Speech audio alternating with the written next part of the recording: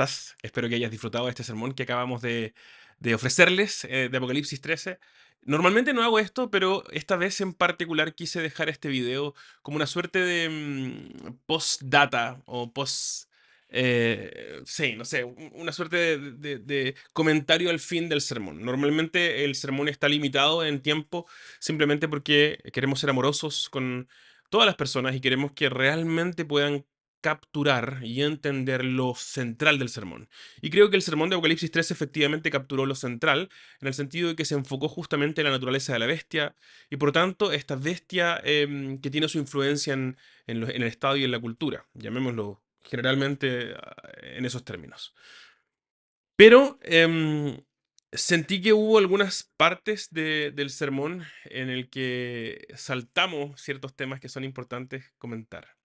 Y aparte de este tiempo, de este video, simplemente para hacer esos comentarios y esperar, de alguna manera colaborar, ayudarte un poquito a asirte de la riqueza que hay allí en Apocalipsis 13. Entonces quiero grabar este video simplemente para hacer dos comentarios. En primer lugar, para ayudarte a identificar claramente la bestia en el hoy. Creo que en el texto estuvo claro, en el sermón estuvo claro qué es la bestia, pero pensar hoy cuáles son quizás la bestia que tenemos en nuestro contexto. Y en segundo lugar, para hablar un tema que no hablamos durante el sermón, que lo omití, fue una decisión editorial si se quiere, pero que es un tema muy, muy, muy comentado en el día de hoy, que es la famosa marca de la bestia, que da para un sermón en sí mismo, pero teníamos el sermón de Apocalipsis 13 y la marca de la bestia es simplemente una suerte de postdata, una suerte de comentario a pie de página de Apocalipsis 13, no es el centro. Entonces, vamos a apartar este video para hablar de estas dos cositas. En primer lugar, quiero contarte acerca de Apocalipsis 13 que, bueno, están estas dos bestias, ambas convocadas por el dragón. De hecho, en muchos sentidos, Apocalipsis 13 es la continuación de Apocalipsis 12. Así que lo que vamos a ver allí es justamente estas bestias, que en primer lugar la bestia que está sobre la arena del mar, una arena que, perdón, una bestia, perdón, que es convocada por el dragón, y en el versículo 1 se nos dice que es una bestia que sube del mar. Esta bestia, a todas luces, parece ser, y según la mayoría de los eruditos, concuerdan en que es el Estado romano o el poder estatal. Ya decía el famoso sociólogo, y ya se me olvidó el nombre de nuevo, porque siempre se me olvida el nombre del pobre sociólogo que es como el padre de la sociología y siempre se me olvida. Max Weber, perdón. Max Weber decía que el Estado es aquel que concentra, la institución, el organismo que concentra la violencia, ¿no? Tiene la concentración de la violencia. Y es interesante la definición, comentarios para otro día, pero el tema es que justamente esa fuerza de la violencia es lo que vemos en Apocalipsis 13. La bestia de Apocalipsis, la bestia del mar, digamos, es una bestia que efectivamente tiene el poder militar de obligar contra amenaza de muerte y determinar la conducta del pueblo, de las personas. Hay mucho que decir acá, pero efectivamente es una bestia a la que tiene el poder del dragón, es una bestia que hace guerra contra los santos, dice el verso 7, a quien se le da autoridad. Es más, parece ser que no solamente eso, sino que si alguien no está dispuesto a adorar a la bestia como lo exige, esta bestia es destinada a la cautividad, a la muerte de espada, y por lo tanto la bestia claramente tiene este tono, ¿no? Hay varias referencias ahí respecto el contexto inmediato, pero para el habitante del primer siglo, el cristiano del primer siglo, sobre todo en Asia Menor, había una fuerza, un empeño de parte del Estado romano de imponerse. Se habían construido en el tiempo de Apocalipsis algunos templos nuevos, habían, bueno, por cierto, el César desde ya hace un tiempo se había declarado Dios y exigía ser adorado como Dios. No tenía problema con que fuera adoración politeísta, o sea, adoptaba o más bien permitía que otros adoraran, perdón, que las personas adoraran a otros dioses junto con él. Lo que no permitía es que no le adoraran como Dios, y ese era el gran problema. Y cuando eso ocurría, cuando las personas, sobre todo los cristianos, se resistieron a adorar a César como Dios, efectivamente se enfrentaron en primer lugar a la cautividad, como dice el verso 10, y a la muerte de espada. Así que por todos lados está relativamente claro, bastante claro en realidad, que la bestia de Apocalipsis 13, del 1 al 10, que es la bestia del mar, es la bestia del Estado. Y de hecho vamos a ver que ese poder viene del dragón, de Satanás, según el verso 12. Perdón, según el capítulo 12. El verso 2 dice que la bestia, bueno, la detalla con todo este poder, ¿no? El poder destructivo de un leopardo, de un oso, de un león, pero es el dragón quien le da su poder. Es el dragón quien le da su trono y es el dragón quien le otorga su gran autoridad. Entonces, claramente estamos hablando aquí de la bestia como el poder estatal. Nosotros podríamos pensar que en nuestro contexto no tenemos eso, no tenemos un símil, porque vivimos en un lugar donde vivimos en la ilusión de la neutralidad del Estado y por lo tanto el Estado no nos obliga a hacer cosas, pero en realidad sí nos obliga a hacer muchas cosas. Y hay varias cosas que sí nos obliga. Ahora, quizás es mucho más sutil y quizás ejemplos más extremos efectivamente nos hablan de esta transformación en la iglesia, en el pueblo de Dios, esta presión, esta violencia que se ve contra la iglesia a partir del Estado.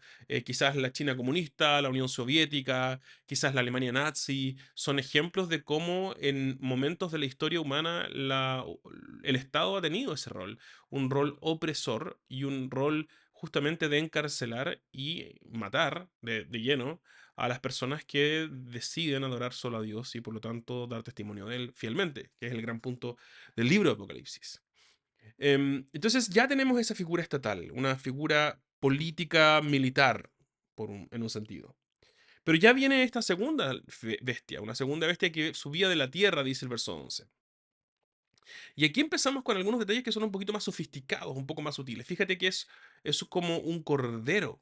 Parece ser como un cordero, pero tiene dos cuernos, pero habla como un dragón. O sea, es alguien que se viste, parece, tiene la apariencia de un cordero como Jesús, pero que en realidad habla con la voz, con el mensaje de Satanás. Este ejerce toda la autoridad de la primera bestia y consigue lo que el otro no puede conseguir, porque si el otro está amenazando con espada y muerte, este consigue que, verso 2, que los que moran en la tierra adoren a la primera bestia. Hace grandes señales, dice el verso 13, y aquí hay una referencia al profeta Elías, ¿no? De tal manera que aún hacen descender fuego del cielo a la tierra en presencia de los hombres. Verso 13. Engaña, dice el verso 14, a los que moran en la tierra a causa de las señales que se le concedió hacer en presencia de la bestia. Aquí me quiero detener simplemente para mencionar que Jesús ya menciona esto. Jesús habla justamente de que vendrán unos, y esto es Mateo 24 en particular. Jesús mismo dice en Mateo 24, versículo 24, se levantarán falsos cristos y falsos profetas, y harán grandes o mostrarán grandes señales y prodigios para así engañar, de ser necesario, a los escogidos. Entonces, esta segunda bestia cumple un rol de un falso profeta que se viste de cristiano, se viste de Jesús, quiere parecer de Jesús, pero tiene un mensaje satánico y hace señales parecidos a los profetas del Antiguo Testamento, pero simplemente para engañar. Esto lo menciono en el sermón. Lo interesante es que estamos hablando acá de un sistema mucho más sofisticado. O sea, si es que el Estado romano estaba persiguiendo con cárcel y muerte a los cristianos, aquí estamos hablando de un aparato un poquito más sofisticado, sociocultural, quizás, em, donde hay una presión social, no violenta necesariamente, o no derechamente violenta, para conseguir que las personas finalmente hagan lo que Satanás quiere que hagan, es decir, que lo adoren a él. Sumamente loco, ¿no? Y nosotros decimos, bueno, pero es que allá tenían estos reyes que se creían o emperadores que se creían dioses. Sí, es cierto, pero también es bueno pensar en cómo nuestra propia sociedad, dirigida inevitablemente por aquellos que son dirigentes políticos y por lo tanto constituyen el carácter momentáneo al menos del Estado, cómo esa sociedad va tomando forma y ejerciendo presión informal sobre nosotros. El solo hecho de que nosotros pretendamos una distancia con con este sistema cultural o sociocultural que adora a dioses humanos, ya nos plantea como nosotros no somos como ellos, porque nosotros vivimos en una cultura de la neutralidad, que es lo que menciona en el sermón. Pero hay mucho más que nosotros sí experimentamos, que tiene que ver con una suerte de, una majamama, ¿no? Como un enjambre de distintos componentes socioculturales que a nosotros nos hace comportarnos de una manera y desobedecer la palabra de Dios. O sea, en términos prácticos, nos, de alguna manera hay una presión social y cultural para que nosotros busquemos los propósitos de Satanás y la obediencia a Satanás y no la de Dios. Eso es trágico en realidad, pero nosotros realmente hacemos eso. Hoy día venía pensando, por ejemplo, cuando hablamos de los planes de vida, ¿no? Muchos de los jóvenes de hoy día están pensando más bien en terminar la carrera, comprarse un departamento, hacer un posgrado. Y quizás estás pololeando y estás teniendo relaciones sexuales con tu pareja y no están las prioridades de tu lista casarte. ¿Por qué no? Porque tú has sido convencido por la bestia de que es más importante tener éxito laboral o financiero que cuidar, amar y protegerse mutuamente en el matrimonio. O sea, en el fondo, estás haciendo caso a la bestia, al enjambre sociocultural, en vez de a la definición de la verdad dada por Jesucristo. Y aquí hay miles de temas que podemos hablar.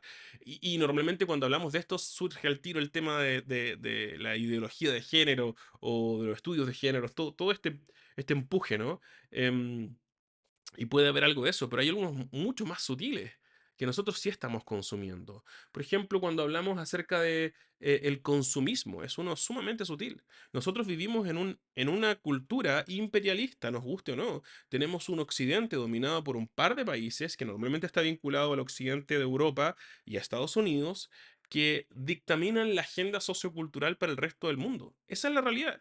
Y nosotros, como dicen los prisioneros, somos un pueblo al fin de Estados Unidos. Y por lo tanto, constantemente estamos recibiendo las instrucciones, el manual de cómo vivir a partir de allí. Y no cuestionamos algunas cosas. Por ejemplo, no cuestionamos la necesidad de la misericordia en medio de un sistema, la necesidad de la misericordia social, ¿cierto? De la justicia, digámoslo así, social, que sí la vemos en el Antiguo Testamento. No lo vemos así cuando pensamos en un sistema de consumo. Y y quizás necesitamos reevaluar cómo es que un sistema de consumo, que aparentemente la manera más eficiente de hacer riqueza, aparentemente, cómo lo combinamos, cómo lo ponderamos con la necesidad de hacer misericordia y de ser sociedades de misericordia. Em, entonces hay muchas de estas cosas, el consumo propio, la manera en que nosotros pensamos que la vida es para consumir experiencias, para viajar y pasarlo bien, y está bien, no es que no sea, no es que no hay que pasarlo bien, pero a veces nuestra prioridad está en lo que la bestia, el enjambre cultural nos dice que tenemos que hacer, y no en lo que el Jesucristo, nuestro Señor, nos dice cómo vivir. Y creo que eso está de alguna manera entretejido en la vida completa, completa. La manera en que pasamos nuestro tiempo, la manera en que criamos a nuestros niños, la manera en que, wow, pienso en los niños, yo soy papá de dos niñas, em, es una cosa muy loca la manera en que criamos a los niños en nuestra cultura, ¿cierto? Y me incluyo en ello, pero es bueno cuestionarnos, ¿no? Nuestros niños pasan muchas veces 8 o 10 horas en el colegio y nosotros pasamos mucho tiempo en el trabajo, muchas veces no coinciden los horarios y simplemente los vemos 1, 2 horas al día. Y están con personas que en realidad no conocemos y no sabemos. Y alguien más está educándolos, alguien más está influyendo en sus vidas, alguien más está discipulándolos desde chiquititos. Nos hemos acostumbrado a un desapego. em, y no sé hasta qué punto ese desapego proviene de la voz de nuestro Padre Celestial o simplemente de la bestia, de este aparataje sociocultural que normaliza ciertas cosas y se escandaliza con otros. Otra cosa que también en nuestra cultura es extraña, los chilenos tenemos esta distancia social, nos gusta que nos dé nuestro espacio, nos sentimos incómodos cuando alguien lo invade. No queremos hablar mucho con el vecino porque la casa es el lugar donde estamos tranquilos y no queremos que nos molesten, ¿no? Em, pero la Biblia insiste, nuestro Dios, nuestro Señor Jesucristo insiste en que vayamos y hagamos discípulos, en que vivamos vidas hacia afuera, en que abramos la casa, pongamos la mesa, invitemos amigos. Y como cristianos chilenos eso es un tema, es difícil para nosotros realmente dar ese paso. Tenemos un pavor al rechazo y como tenemos este pavor al rechazo, no queremos realmente aventurarnos a ese tipo de, de apuestas en obediencia a Jesús. Y de nuevo es este engranaje sociocultural, la bestia que sale de la tierra, que termina dictaminando lo que hacemos y lo que no hacemos. ¿Cómo resolvemos conflictos en nuestro matrimonio? ¿Cómo nos comportamos respecto a nuestros empleadores, nuestros jefes? Hay mucho de lo que nosotros hacemos que está dictaminado por las expectativas normalizadas de la cultura y de la sociedad en la que vivimos, y no necesariamente de Jesús. Y eso es lo que está apuntando Apocalipsis 13. Jesús en realidad quiere decirnos que nosotros necesitamos reevaluar la manera en que estamos viviendo, para asegurarnos de que no estamos viviendo simplemente creyendo en las mentiras sutiles, pensando que estamos siguiendo a Jesús, pero en realidad se trata de esta bestia vestida, trasvestida de cordero, pero en realidad que habla con la voz del dragón.